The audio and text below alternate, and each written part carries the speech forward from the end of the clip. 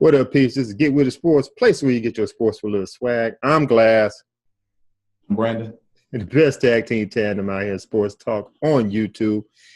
Giving you a little NBA talk on the All-Star weekend, the trade deadline, and the NBA playoffs. So first, let's start off, and hopefully I think I'm doing this right. Let me make sure, because you're on the main screen.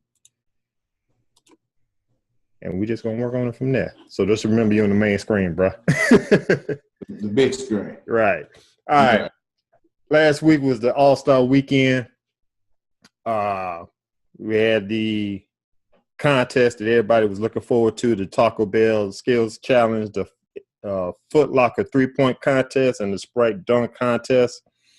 Everything was pretty legit. Everybody got what they expected with the Taco Bell Skills Challenge.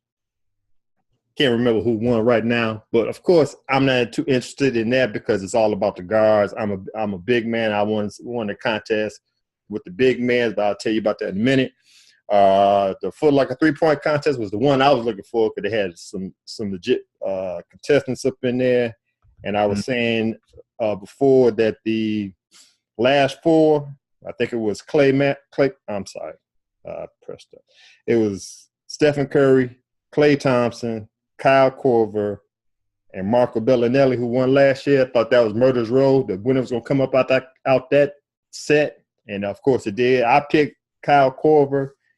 He cashed out on me. It was between Stephen Curry and Klay Thompson. Stephen Curry won, which was an exciting contest. And what I liked about this year on this contest, they had a rack of money balls. You know, before you had one money ball at the end of each right. rack. The fifth ball was the money ball. This time they had a rack of money balls, 5 money balls, and you could position it to whichever side you wanted on, which was cool. Okay. So, you know, you got 1, 2, 3, 4, 5 spots. It could be your fourth spot. It could be in the corner. It could be right in the middle. So that was cool. That was cool, right? Yeah. So Stephen Curry won that one. Then we came down to the Sprite Dunk contest. Now I'm going to ask you, to me, back in 2000 when Vince Carter won it, I thought it was over with after that. You know, I know Dwight Howard won. It made it a little exciting, but he a big man. Mm-hmm. But after Vince Carter in 2000, it was it. It died down the last couple of years. Mm-hmm. But this year, we had 4 contestants. It was I'm not even going to try to pronounce the Greek freak's name. He got too many consonants in his last name. But you had the Greek freak, Victor Oladipo, Mason Plumlee, Zach LaVine. Okay. Now, the Greek freak and Mason Plumlee was a waste of time. They couldn't make their dunks. Victor Oladipo, he tried to make it exciting. He tried this. Don't get me wrong, the better could jump out the gym for his height and everything, but right. Zach LaVine, that fool had, I think it was 3 or 4 dunks. That was off the chain. Had me hollering. Now, with that being said, do I believe that the dunk contest is back? I don't want to say it because you only had one person out of 4 that was legit. You know what I'm saying? But he made it exciting. Now, I got to say, like I said, I was hollering when he made his dunk. Was it refreshing? Yes. Is it back? You got to give me more than just one dunker. Kind of get what I'm saying? So, you have any thoughts about that? I think like you, back in early 2000, whenever the dunk contest has ran its course. You know, who would have thought it, you know, but it has to me. Right. So I think they should just turn the whole All-Star event, that part, into just a skills competition. You know, now you could say, okay, the dunk part is a skills competition too, but there's only so much you can do with that. But I think they should just turn that whole thing into a skills competition. Okay. You know, as far as shooting certain type of shots, you know, not just 3-pointers, maybe you know, points, you know, post moves or some type of skills competition, you know, besides just dunks, because the dunks, I think, doesn't ran its course. Okay. I totally agree with you on that. I think that's where I was going to go to at this point I'm about to say. I want to see something for the big man. I hear what you say about the skills competition. I'm cool with that. but I want to see something for the big man. And what I was thinking about is let you know I was thinking about it for a while now because, of course, you know, we big men and whatnot. They don't get enough shine in the All-Star weekend. I figure you have a contest for the big man where you start the contest off getting rebounds. You got to get 3 rebounds off the rim. Once you do that, you got on the outside, you got posts with basketballs on top. We'll say about 8 feet high. You got to block. On this side, you got to run the other side, block the other side. You got to run up the middle and block the one at the free throw line. Then, this is how it goes. I'm sorry. That comes first, blocking. Then you get the rebound. Once you get the rebound, you throw it out to the side. You do the 3-man weave up the court. And when you get to the other side, you got to do a Kareem Abdul-Jabbar patented sky hook on the right side, on the left side to end the competition. That's just me. Now who's gonna run a 3-man weave? You already got people set. Once you get the rebound, you throw it out, and then you run the 3-man weave until you get to the end. And at the end, you finish it off with the sky hook on the left side, on the right side. That's what I'm thinking of for the big man challenge. You know what I'm saying? Because the skill challenge is nothing but for the guards. You got to have something for the big man. Right. You know what I'm saying? So that makes sense. Okay, cool. That's the idea. All right, cool. All right, we're going to move on from the All-Star weekend. I don't want to talk about the game. It wasn't even the game. It was just a 3-point shootout. I think they said 133 threes went up in the air, so I ain't going to waste no time with that. Let's move on to the trade deadline. The trade deadline was Thursday, February 19th, 3 p.m. It was quiet until like maybe 30 minutes before the end, and my phone was blowing up because it was like a trade every 2 minutes. After everything was said and done, the dust settled. There was 11 trades, and I think it was 39 players all in all in the trades. So now, my question is to you: what was the best and or worst trades of Thursday? I'm gonna tell you what I thought at first. I thought the Suns gave up. They're in the I'm looking up here now, the 9th spot in the Western Conference with a 29-27 record. They 16 out of first. They Goran, not Zoran. What's the brother name? Goran. Let me get his from the Suns, the guard, Dragic. Yeah. Both the brothers left, but I guess the main brother was quite upset. Let me get his name right. Goran. I thought it was right. Yeah, Goran was upset. So the Suns traded Goran and his brother Zoran to the Heat. And I thought they was giving up on making it to the playoffs. But after they picked up they already had Eric Bledsoe as guard. Now they picked up Brandon Knight, the other guard. They also got Danny Granger, John Solomons from from the Heat. I'm sorry. Danny Granger's from the Heat. John Solomons from the Pelicans. So their lineup was pretty straight. They didn't really lose too much. You know, I know Zoran looked great last year. He was struggling this year. They picked up Brandon Knight. So I'm gonna say the Suns did a good job. One of the best. Quiet as kept. I think I had this conversation with Ezra from Idiot Sports Talk and Raphael from 3-Point Conversion. My sleeper team this year was the Detroit Pistons when they picked up Van Gundy as a coach. I figured they was going to make it. I said they was going to make it to the playoffs because they making moves. They got rid of Josh Smith around the beginning of the year, which was a plus. Team is now in the 10th spot, 22-33. Now they picked up Tayshaun Prince. They got Tayshaun Prince back. That's your veteran presence, forward presence. And they got Reggie Jackson from Oklahoma City. Okay. That was a great pickup. So I believe now with that move, that was a good move for the Detroit Pistons to make it to the playoffs. So that was another good move. I don't know if I could say there was any bad move. There's a lot of vanilla moves that doesn't even matter too much. You know what I'm saying? So can I say anybody made any bad moves? No. People made moves where they could, they got somebody disgruntled on their team they got rid of him, or they try and save up cap space.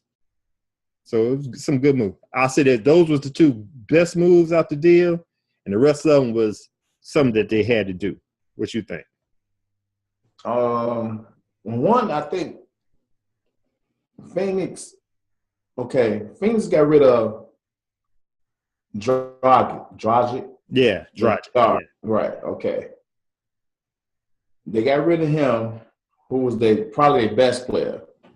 You could say that. Probably the best player. Right. And then they got rid of the other guard. Oh yeah, Isaiah Thomas. But I think they got rid of him earlier. If I'm mistaken. Right. He was their best bench player. Okay.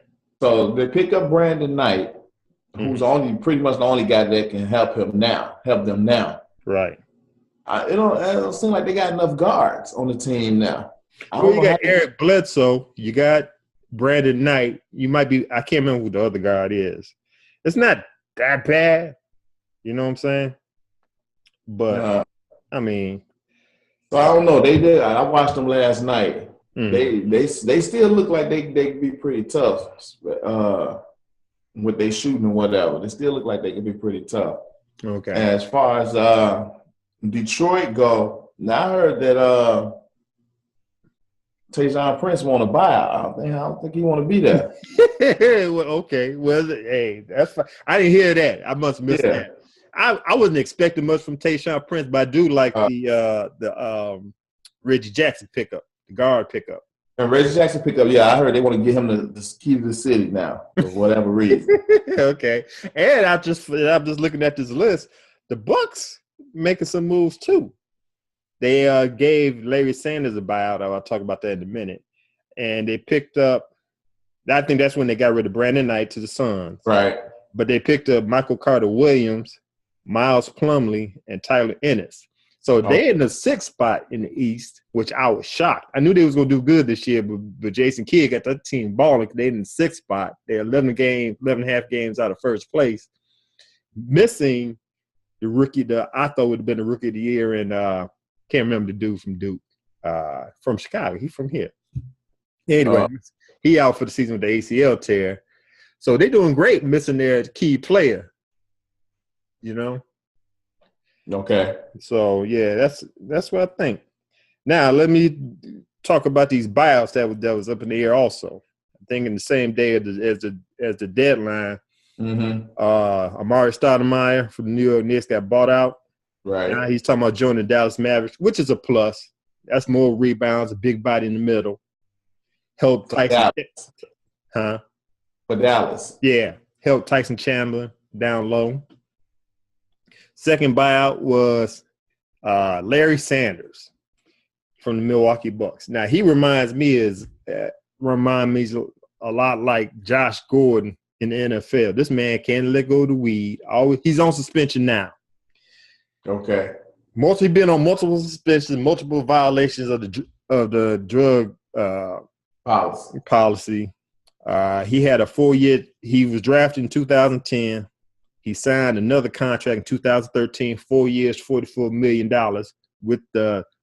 He got waived. I think not bought out. He got waived where he lost half of that money, which was stupid. Okay. You know what I'm saying? And now he will be able to make a playoff team. And they saying that the Clippers and the Mavericks are interested in him, but man, dude, he's a great talent down low. He get the rebounds, he get the blocks, but he just can't stay on the floor to help a team out because he got that weed problem. You know, so I got it.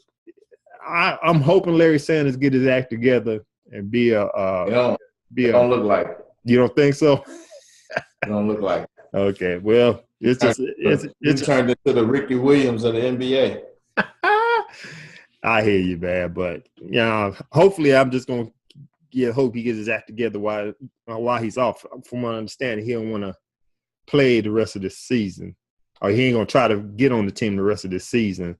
He can get his act together. So I hope he gets his act together. Next up is the buyout, which I didn't hear about Tayshaun Prince, so I'm not gonna speak on it. But the next buyout, right. Kendrick Perkins got traded from the Oklahoma City Thunder to the Utah Jazz where he is looking for a buyout. So I hope, a lot of people you don't get any offense from him. Number one, it's all defense. It's a big body. He's a strong dude in the middle. He'll do his damage. I was hoping that our hometown Chicago Bulls would get him because we are a good team. But I'm going to tell you right now, we have problems with teams like the Washington Wizards Washington Wizards like we know last year. You know where he going, right? I heard he going to Cleveland. Yeah. Which is, don't get me wrong. That was a good pickup for Cleveland. Like I said, I wish the Bulls would have picked him up because Joakim Noah and Gasol having problems with big people in the middle. Whenever we go up against the Washington Wizards, we have problems because of Nene and Gortat. Right. So I wish we would have picked up Perkins to handle the business down low, but it is what it is. He went to Cleveland. Cleveland, they're gonna make some moves. They're in the 4th spot. They right under us. One game under the Chicago Bulls in the East. So we got to wait and see. It's going to be a fight. That one going to go all the way to the end. Right. So, okay. So we're going to move off of trade deadline. Oh, did you tell me your best trades? You said my best trade was the moves OKC did. Okay. OKC, they gave up Jackson. Mm-hmm. They lost Perkins. Right. They weren't going to resign him anyway. But they picked up DJ Augustine. Good pickup. Enes Kanter, he does. I think he might be 7 foot. Yeah. Kyle Singler. Mm-hmm. The forward, and Steve Novak, another forward, shooting forward. Shooting 3. Yeah, I think it's a great 3-point shooter. Yeah, you're right about that. That's a good one. I forgot about DJ Augustine. He was a great player when he was in Chicago. He was a great player when he was in Detroit. So went to Detroit, yeah. Yeah, so that's a good pickup. You're right. Okay. They may have made out with that. Okay. Cool. So that would be my best move. And my worst would probably be the Sixers. They lost. They didn't got younger and weaker. I think. They got younger. It's obvious they style pocket. They stockpiling first round picks. So, I agree. If I was 76ers fans, I'd be quite upset because I ain't got time to be waiting for y'all to hopefully rebuild this franchise. Yeah. Like that. So, right. All right, cool. We're going to move on to the playoff picture. We're at the halfway point. Who are your 8 teams in the East to make it to the playoffs? My 8 teams in the East. Let me get my little standings here for you. Okay, well, let me give you mine real quick. At the beginning of the season, I had New York Knicks. At the beginning of the season, New York Knicks making it to the playoffs. That was a bum-ass pick, number 1. But I did have the Detroit Pistons. I think they still got a chance. Right now, ain't nothing going to change on Atlanta, Toronto, Chicago, Cleveland, Washington. Milwaukee I didn't pick Milwaukee. I think that was that New York spot that they took. So they got Milwaukee. I'm going to say Milwaukee going to make it. Mm-hmm. Now, the next 2 is a toss-up because we got a five-way tie between the Miami Heat, Brooklyn Nets, Charlotte Hornets, Detroit Pistons, and the Indiana Pacers. With that being said, the last 2 slots, the 7 to 8 slots, I'm going to say will be the Detroit Pistons and I'm going to say Charlotte Hornets. Give me your 8. Charlotte Hornets. Yeah. Okay. Atlanta, of course. Nobody thought they was going to take off like they did. Right. Toronto, Chicago, Cleveland, Washington. I was on the fence about Milwaukee, but I like their chances now. Milwaukee. Miami also made some good moves at this trade deadline, but I just found out Bosh going to be out for the rest of the season. Right. So they still might pull it off. It's going to be close because they're only a couple games ahead of the teams that's at the bottom, Brooklyn, Charlotte, and Detroit. Mm-hmm. And while we're not talking about Indiana, I guess because George is out for the year. Right. But the 8 teams I got slotted are Atlanta, Toronto, Chicago, Cleveland, Washington, Milwaukee, Miami, and Brooklyn in that order. Cool. Brooklyn, Charlotte. I want to say Charlotte, but you don't know about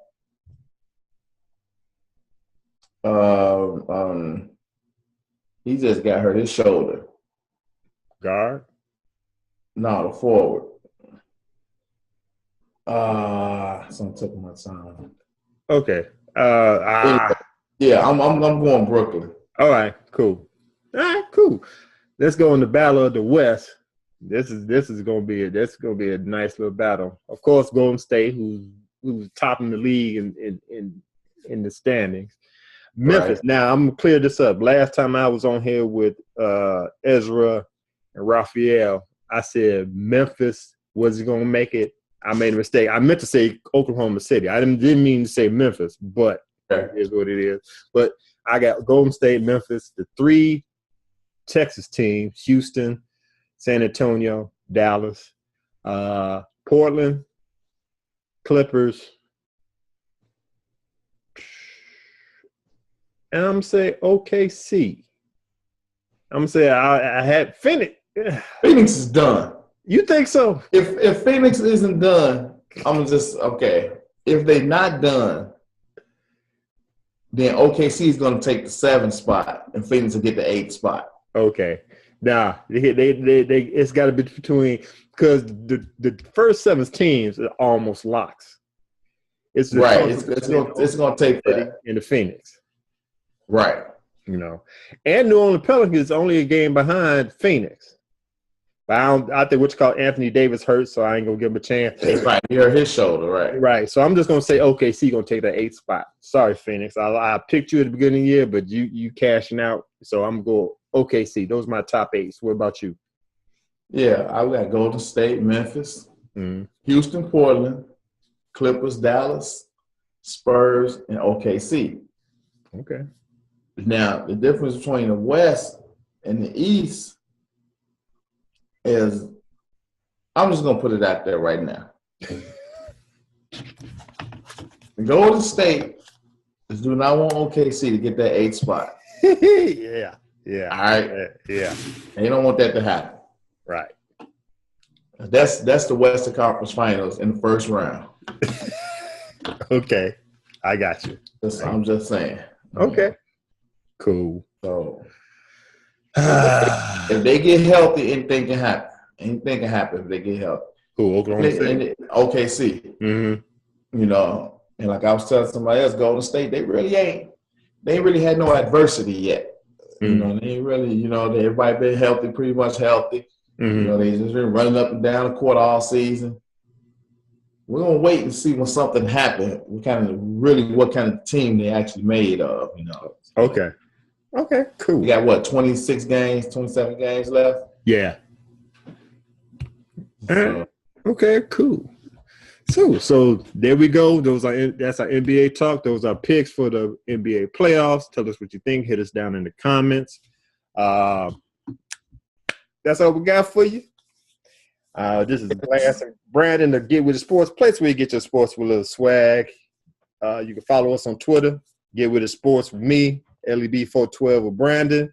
Check out the blog page at getwithitsports.wordpress.com. Check out the Facebook page, Get With It Sports. I think I covered everything. Google Plus, you can find us there. And that's about it. So until next time, this is Glass. And I'm Brandon. Best tag team tandem out there in sports talk on YouTube. And as always, be good, be safe, get with it. Peace.